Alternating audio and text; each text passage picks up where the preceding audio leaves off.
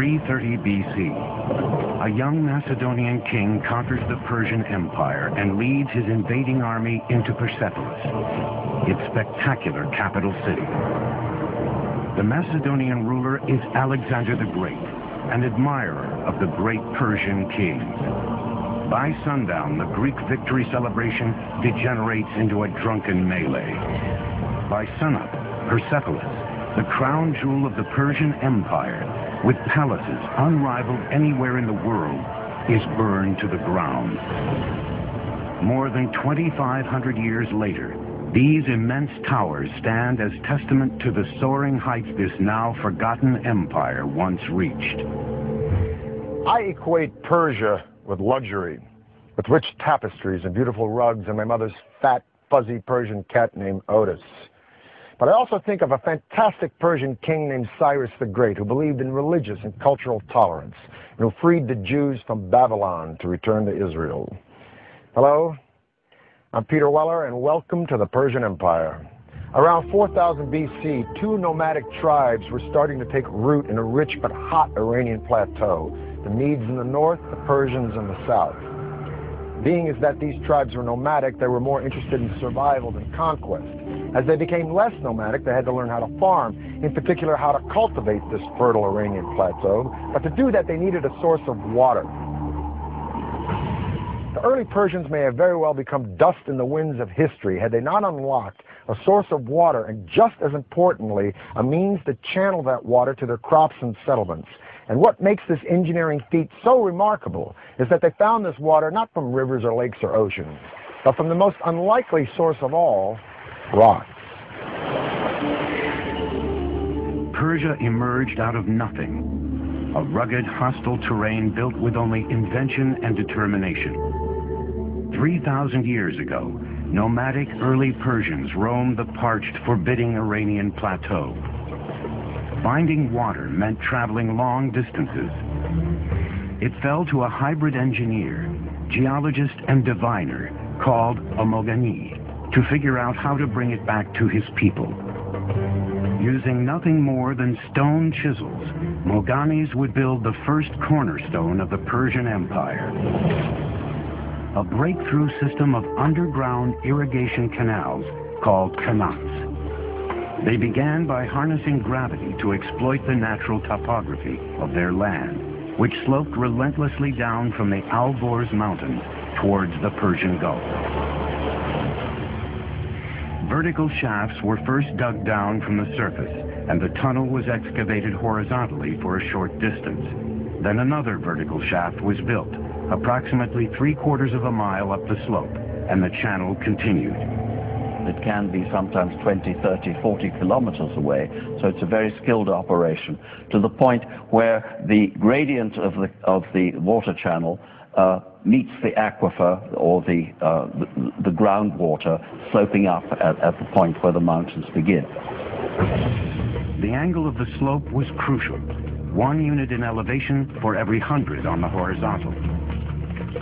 Not too steep, because that would erode the base of the water channel, and of course not so flat as to prevent the water from moving to its intended destination.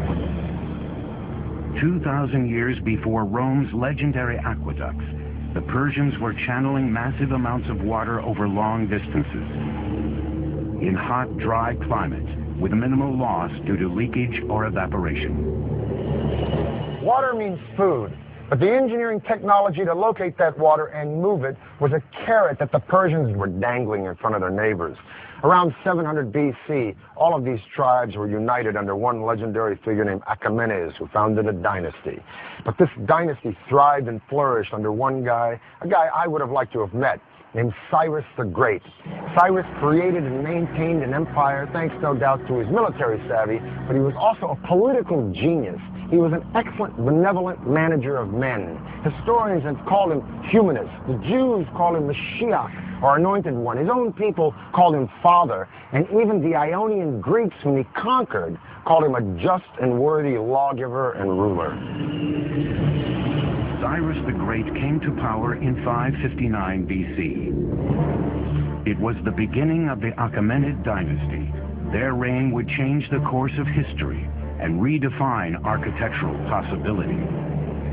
If you're looking at the greatest personages in history who have affected the world, Cyrus the Great is one of the few who deserves that epithet, the one who deserves to be called the Great. The empire over which Cyrus ruled was the largest the ancient world had ever seen, and may be to this day the largest empire ever.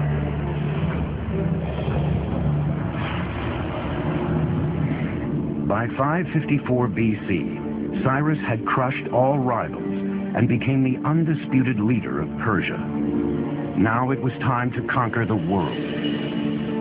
And if he was going to build an empire, he would need a magnificent capital city to reflect its growing stature. In 550 BC, Cyrus launched one of the most ambitious engineering projects anywhere in the ancient world. The Persian Empire's first great capital city at Pasargad, located in modern Iran. Cyrus was a very innovative builder, and I might add that his standards were particularly high. We can also say that his building projects reflected in some ways the technologies that he found in the course of his various conquests. Like the Romans centuries later, the Persians were borrowers. They took the best and most advanced ideas from the cultures they conquered, then developed them even further into technologies uniquely their own. The art and engineering of Pasargad drew on influences as far-flung as Assyria, Egypt, and Asia Minor, thousands of miles away.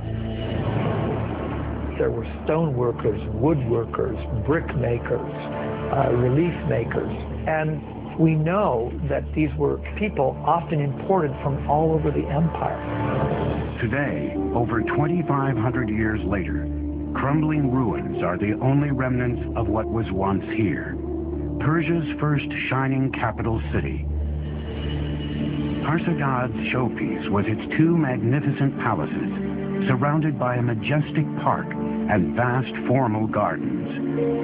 Among them, the first known appearance of the astonishing paradisia, the four-quartered walled Persian gardens.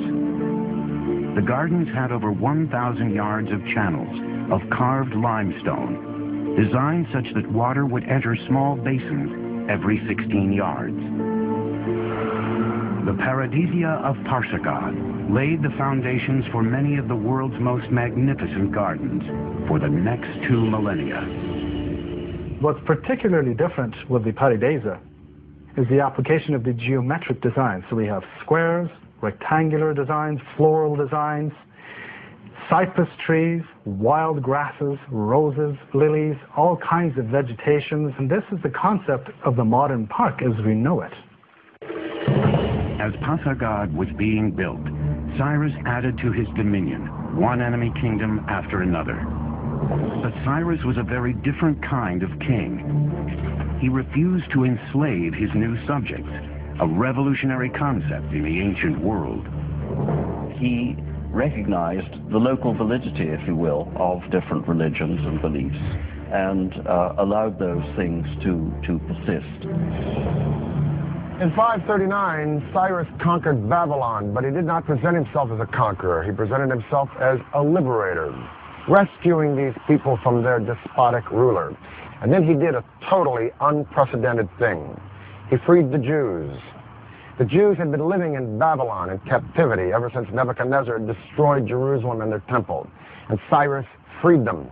Now, it could be said in hindsight or political history that Cyrus was looking for a buffer state between a hostile Egypt and his own empire. But so what? The point is that no one had ever done anything like this, and hardly anyone has ever done anything like it since. Subsequently, he is the only Gentile in the Bible to be referred to as Mashiach, or Messiah. As one distinguished Oxford scholar once said to me, Cyrus always had a very good press. It's a very true statement. Before he could launch the campaign that would make Persia the lone superpower of the ancient world,